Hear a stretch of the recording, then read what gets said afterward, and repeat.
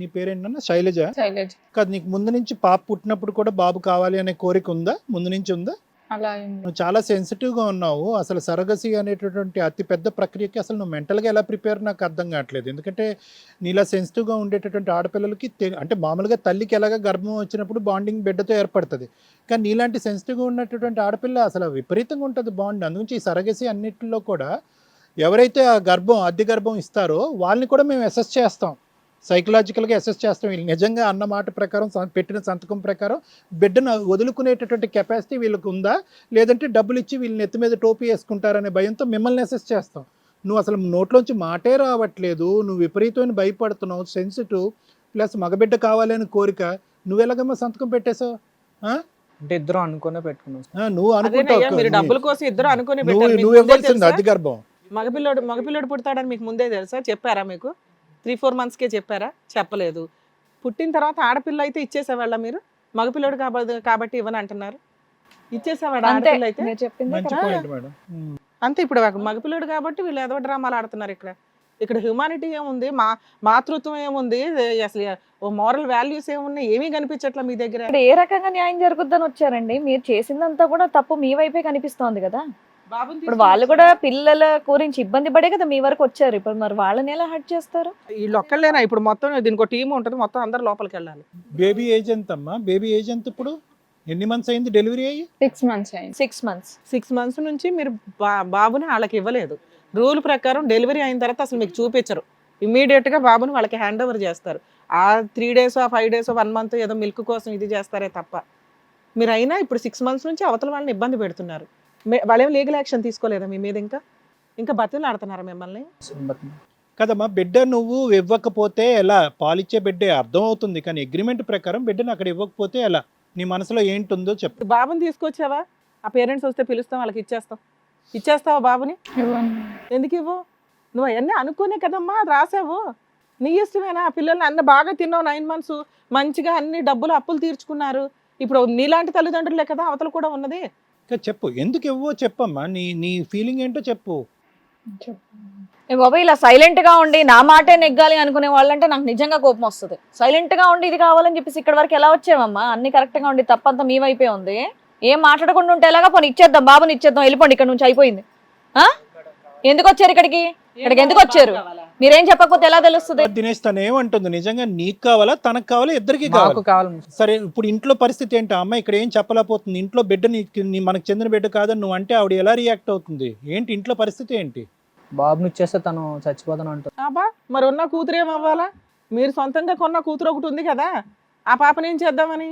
బాబుని ఇవ్వకపోతే ఆవిడ సూసైడ్ చేసుకుంటుందంట. ఇది బ్లాక్ మెయిలింగ్ లా ఉంది. కొంచెం బుర్రబెట్టి ఆలోచించండి. డబ్బు ఇవ్వరు. వాళ్ళని ఆల్రెడీ 1 year 2.5 years నుంచి ఎమోషనల్ లో పెట్టిన వ్యవహారానికి కాంపెన్సేషన్ ఇవ్వాలి. మీ ఇద్దరు జైలుకి వెళ్లాల్సిన పరిస్థితి వస్తుంది.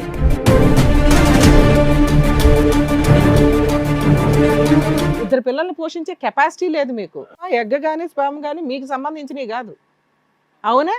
ఇన్ని మైనస్లు పెట్టుకొని మదర్ ఎమోషన్ ఒకటి చూపిస్తామండి, పేరెంట్స్ ఎమోషన్ ఒకటి చూపిస్తామండి అంటే అవ్వదు కదా. ఇది ఒక అగ్రిమెంట్, కాంట్రాక్ట్. మీరు ఈ రెంట్కి ఈ హౌస్ ఎట్లా ఇచ్చారో మీ గర్భాన్ని అలా రెంట్కి ఇచ్చి అన్ని సైకలాజికల్గా ప్రిపేర్ అయిపోయి కూర్చొని ప్రొసీడ్ అవుతారు. ఇది అన్ని ప్రొసీడ్ అయ్యారు, అంత ప్రాపర్గా ఉంది. ఒక హాస్పిటల్లో జైలుకి వెళ్ళాల్సి వస్తుంది, డాక్టర్స్ జైలుకి వెళ్ళాల్సి వస్తారు. ఈ రకంగా చేస్తే తెలుసా? మీ ఇద్దరిని అయితే బయటకు కూడా పంపించరు. ఆ పుట్టిన మీ సొంత పిల్లని ఏం చేద్దామని? మేడం వాళ్ళని కూడా పిలుస్తాను ఇప్పుడు. రండి. నమస్తే. కూర్చోండి. మీ పేరండి? ప్రియా. మీ పేరు? సురేష్ గారు. చెప్పండి. వాళ్ళేమో బాబుని ఇవ్వము అని చెప్పేసి అంటున్నారు.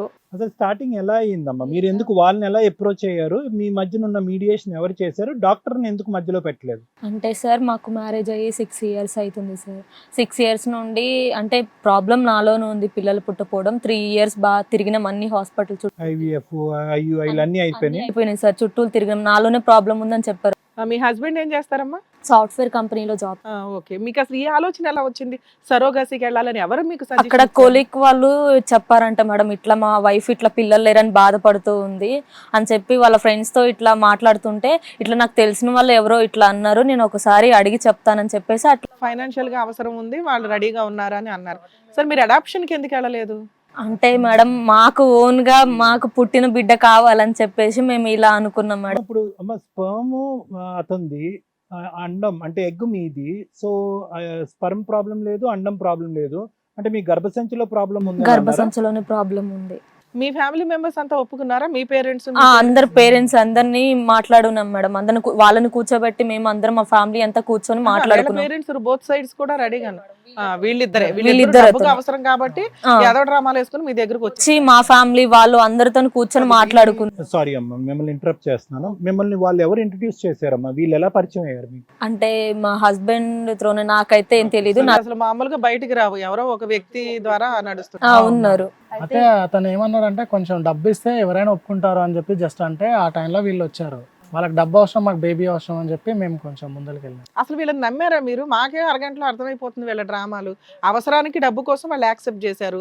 రేపటి రోజున పుట్టే పాప బాబో ఇవ్వకపోతే ఏంటి అని మీరు ఏమైనా ఆలోచించుకున్నారా? మేడం మాకు నమ్మకం అనిపించింది. ఇంకొకటి మేము పేపర్ 9 months ఈ అమ్మాయిని మీరే పోషించారంట, నిజమే? పోషించాం. ఎంత ఖర్చు అయి ఉంటుంది సుమారుగా? 9 months మొత్తం అయితే 10 lakhs వరకు మాట్లాడుకున్నామండి. ఓవరాల్ గా 10 lakhs. 10 lakhs మొత్తం.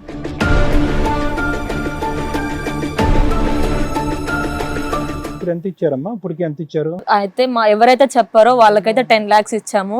వాళ్ళకి ఎంత ఇచ్చారు, అతను ఎంత తీసుకున్నాడు అవన్నీ మాకు తెలియదు మేడం. స్టార్టింగ్ డెలివరీ అయిన తర్వాత through the time of pregnancy మీ అందరి మధ్యన మంచి ర్యాపోయే ఉంది. వాళ్ళు మిమ్మల్ని కలవటం, మీరు వాళ్ళ దగ్గరికి వెళ్తే ఇవన్నీ బానే ఉంది. ఎక్కడ కూడా నో అనేది అయితే వినిపించలేదు. లేదు. మీకు అబ్బాయి అయినా అమ్మాయి అయినా ఇద్దరైనా ఓకే మీకు ఓకే కదమ్మా? డెలివరీ అయిన తర్వాత జరిగిన సన్నివేశం ఏంటి? డెలివరీ అయిన తర్వాతకి అక్కడే ఉన్నారు డెలివరీ అప్పుడు? వెళ్ళినాం. పెయిన్స్ వస్తున్నాయని చెప్తే వెళ్ళినాం హాస్పిటల్కి. వెళ్తే డెలివరీ అయింది, అంత అయింది. మేము చూసినాము, బాబుని ఎత్తుకున్నాం, చాలా హ్యాపీగా ఫీల్ అయినాం.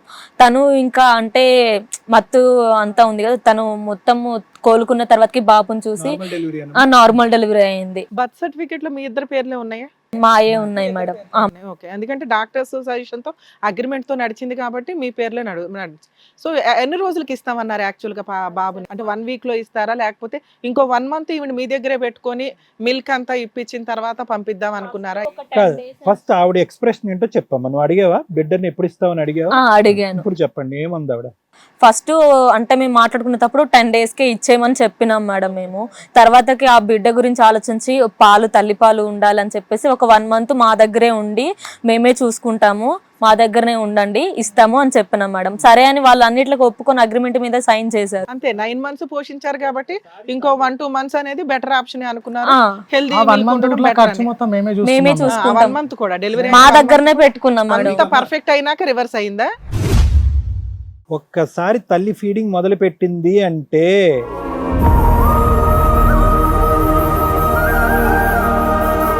ఇంకా బాండ్ ఎస్టాబ్లిష్ అయిపోద్ది. అది మీకు అంటే ఆబ్వియస్లీ పాలిచ్చే తల్లి దగ్గర నుంచి బిడ్డని ఎలా లాగేసుకుంటామండి మీరు అనొచ్చు, కానీ బాండింగ్ అనేది ఏర్పడుతుంది. మీరు మంచితనంతోనే అన్నారు, వారం అన్నారు, 2 వారాలు అన్నారు, 4 వారాలు అన్నారు, అంతటితో సరిపోయిందా? మా బేబీ హెల్త్ గురించి చూసుకున్నా. కరెక్టే లేమ్మా, ఎందుకంటే డాక్టర్ సజెషన్ కూడా ఉంటుంది, ఎందుకంటే మిల్క్ ఇంపార్టెంట్ కాబట్టి అని. ఇక్కడ ఆవిడ ఎమోషనల్ అయిపోతుంది యాక్చువల్ గా. తర్వాత మా బాబుని మాకు ఇవ్వండి అని, ఇంకా చాలు వెళ్ళిపోండి, మీ అమౌంట్ ఇచ్చేసామా మొత్తం అని అన్నారా? అంటే 1 month అయిపోయింది, ఇంకా మీరు వెళ్ళండి, మీ ఇంట్లో ఉండిపోండి, మా బాబుని మాకు ఇచ్చేసేయండి, మేము చేసుకుంటాము, మా హాస్పిటల్లో చూపించుకుని డాక్టర్ సజెషన్ తీసుకుని మేము అన్ని బాబు చూసుకుంటాం అని చెప్పాము. అయితే ఇంక తను అప్పుడు ఉండి ఇంకా ఎడవడం స్టార్ట్ చేసింది మేడం బాగా. అంటే ఈ 5 months నుంచి మీ ఇంట్లో ఉందా, వెళ్ళిపోయారా బాబుని తీసుకొని? లేదు మేడం, మా ఇంట్లోనే ఉన్నారు. ఉంది, కానీ బాబుని మీకు ఇచ్చి వాళ్ళు వెళ్ళట్లేదు. ఇవ్వమంటే ఏడుస్తుంది. ఇంకా ఒక రకంగా